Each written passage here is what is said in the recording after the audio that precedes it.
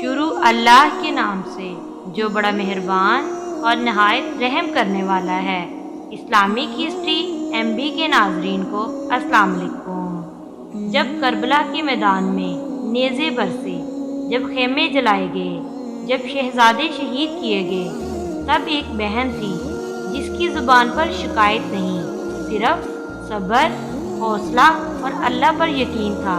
یہ تھیں حضرت زینب بنت علی، امام حسین رضی اللہ تعالیٰ عنہ کی بہن، حضرت علی رضی اللہ تعالیٰ عنہ اور حضرت فاطمہ الزہرا رضی اللہ تعالیٰ عنہ کی بیٹی اور رسول اللہ صلی اللہ علیہ وآلہ وسلم کی نواسی۔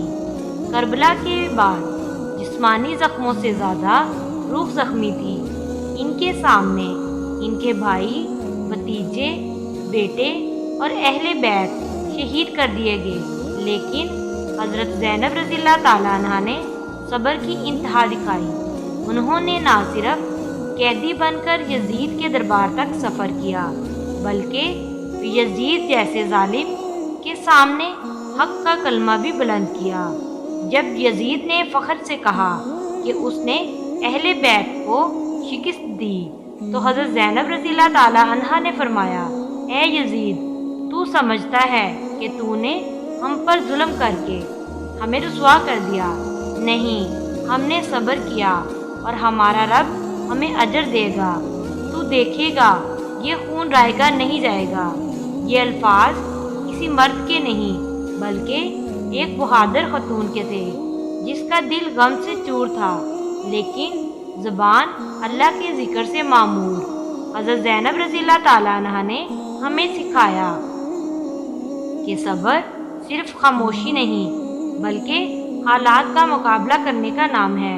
عورت کمزور نہیں بلکہ جب وہ اللہ پر بھروسہ کرے تو پہاڑ جیسی مضبوط بن جاتی ہے۔ کربلا صرف مردوں کی جنگ نہیں تھی بلکہ زینب رضی اللہ تعالیٰ عنہ جیسی عورتوں کا بھی جہاد تھا۔